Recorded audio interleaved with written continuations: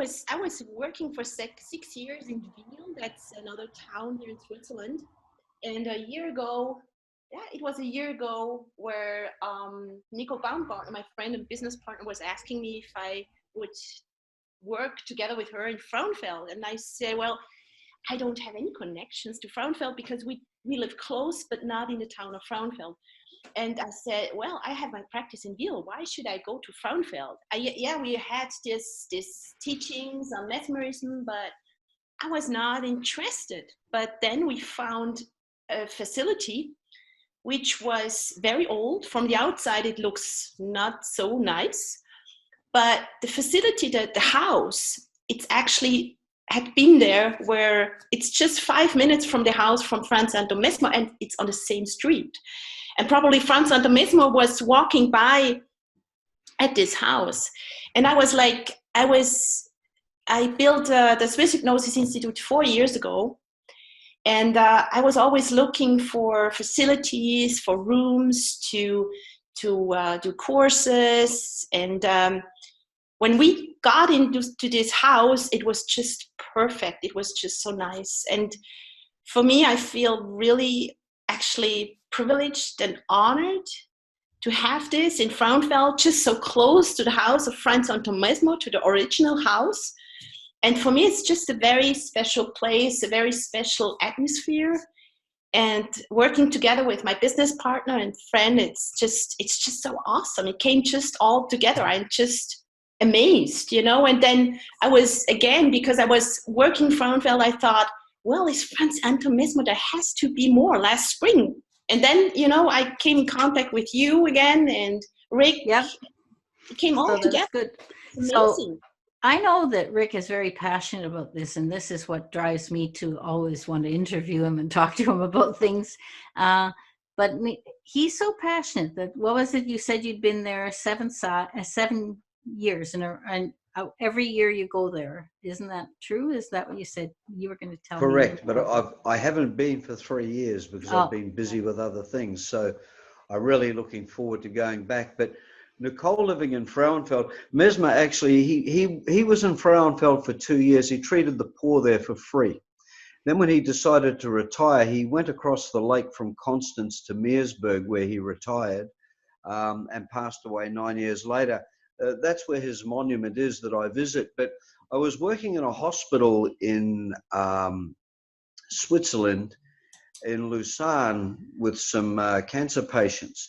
Interestingly enough, the Swiss medical people were very open to connective therapies that were non-invasive. So the oncologists there had no issues with mesmerism and or hypnosis. And I'd done trials in Perth with the Cancer Council and oncologists and got some pretty amazing results. And it sort of took me all over the world. Not that hypnotism or mesmerism cures cancer. I'm not saying that at all, but it massively enhances the quality of life. So I'm in this place called Lucerne. I'm working with this lady in a hospital for 12 days straight. And I said to her husband, and I had an American doctor with me at the time, I said, look, I need a couple of days break. And he said, well, where are you going to go? And I said, I'm going to Meersburg. And he got us a rental car and off we went. And a few hours later, from Lucerne heading for Meersburg, I got this really strange feeling driving along. This is what Nicole was intimating at before. And I got overwhelmed with this emotion. I don't know where it came from. And I pulled the car up and I looked up and there was a sign and it said Frauenfeld, pointing to the right. Now, I hadn't seen the sign before this thing hit me. And as I said, when you go through the exercises required for magnetism, your own connective abilities switch on exceedingly so, but not in a way that tells you the future or gives you lotto numbers or anything like that. It just makes you far, far more perceptive on all levels. And I don't know how to explain that, but it's a fact and many students report it back. So, you know, for me to go to do a training in Frauenfeld, where Mesmer spent a few years treating peasants for free, personally, career-wise, it's a great honor as far as I'm concerned. It's something I'm very, very looking forward to. Yeah, I don't know. I think it's going to be a smash. That's what I think it's going to be. I Well, think it's I going to be think it great. will as well. I can say this, I can guarantee that any therapists, hypnotherapists or NLPers or whatever who come along will certainly have a much more solid base to be doing their work from. Whether you are an Ericksonian, a direct hypnotherapist, whatever you want to call it, when you blend this in and get an understanding of it, it gives the efficacy of the other hypnotic methods that you're using so much more force, if you will. It just does. And, you know, when I first began looking at this, I was looking for the con. I thought this is all weird stuff and it can't happen. But you see so much, so many times that in the end you just get over yourself and you get on with it. The clients that I treat now, a lot of them will come in and say, "Can you do the energetic thing with me? It works far better than words." How a lot of this works is on a psychological level. If you see somebody in distress or people are in distress, what they want is a bloody good hug. Not that I'm suggesting we hug people, but a hug is connection. Mm. Mesmerism or magnetism has connection. There are certain places where you will put your hands on people, but they're non-offensive. It's shoulders, it's face, it's hands. It's no more indecent than you will than if you will in NLP anchoring. But there's receptors on the body that are hooked in directly to the nervous systems, which really bring about fast and correct and positive rebalancing. And that's another way that this is working. So it sort of works.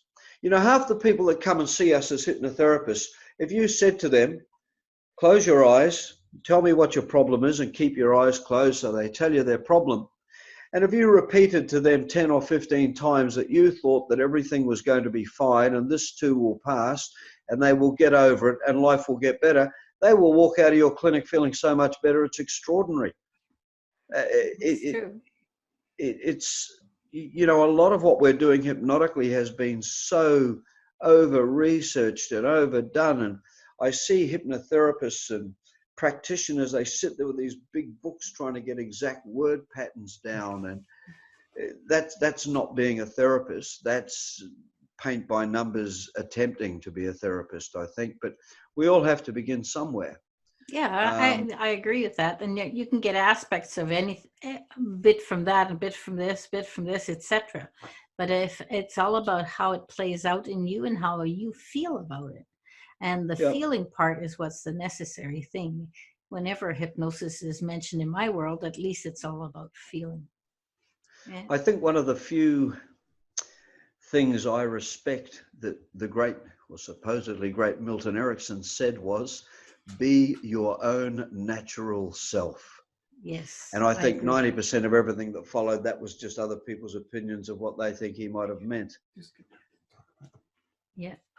So I think that's great. I really want to see lots of people come. And I'm sorry that I'm not going to be able to be there because I'm teaching that weekend or something. So that was poor timing on my part, but that's okay. I'm sure there's going to be another time. So I really would like to go. And Nicole, I know that you do teach other things in your hypnosis school, just like I teach only my thing, and Rick teaches what he does, plus lots of other stuff. But in your school, you do a lot of training because I happen to know because you do Simpson protocol there periodically. You do other things. I've seen lots of people and lots of courses go through. And I think that you're getting a great reputation in Switzerland for a great training school. Thank you, Ines. Thank you so much. And the Yeah. US. And that's true, Martin says, and in the US, because you spend quite a bit of time in training in the US. So these people I'm talking to are very good at what they do. And the combination of the two of them, and I know Nicole says she's doing the translation, etc., but her energy's in there and her intentions out there, and all of that is there. And you got two great people there doing this course. So it's going to be a fantastic and very, very positive learning experience. Yes. But we were chatting the other night, if we can make this one a success, it won't by any means be the last one that we do.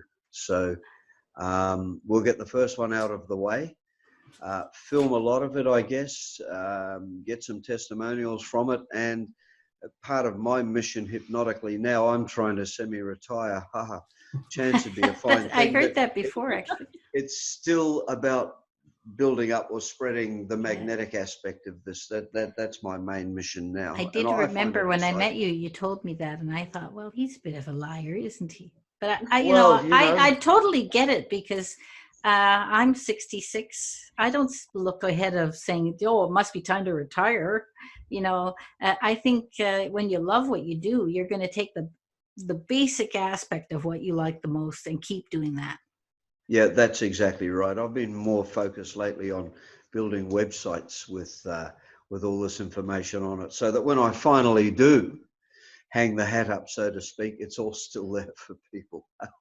But I love getting in a class and teaching this, especially the surprise that the students get and what they experience. But for me as well, because it's something that I'm very strongly opposed to dying or fading away. And just as passionate as bringing the truth back about it, because it was so distorted in the past.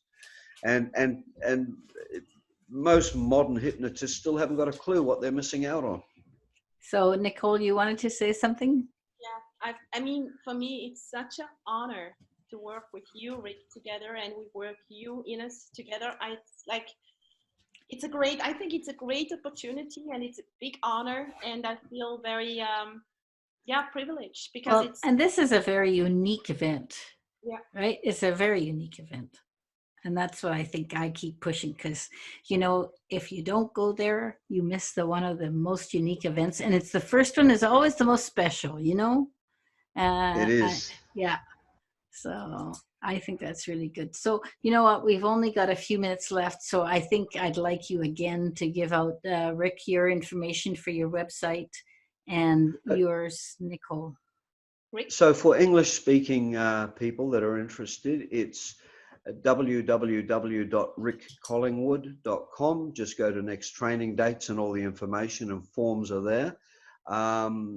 And I guess it's over to Nicole to give across the European website again. Yes, it's www.swisshypnosis.institute. And the date's going to be from Thursday the 16th until the Monday, the 20th of April, and on Tuesday, the 21st of April, we plan, please correct me, Rick, but I think I'm right, that we're going to go to Meersburg, to the grave of Franz Anton Mesmer, and I think that will be also very special. And yeah, I think... Correct. I forgot to mention that. You're right. That's a day trip. We will go across Lake Constance in the ferry and spend a half a day in Meersburg and visit the Masters Monument.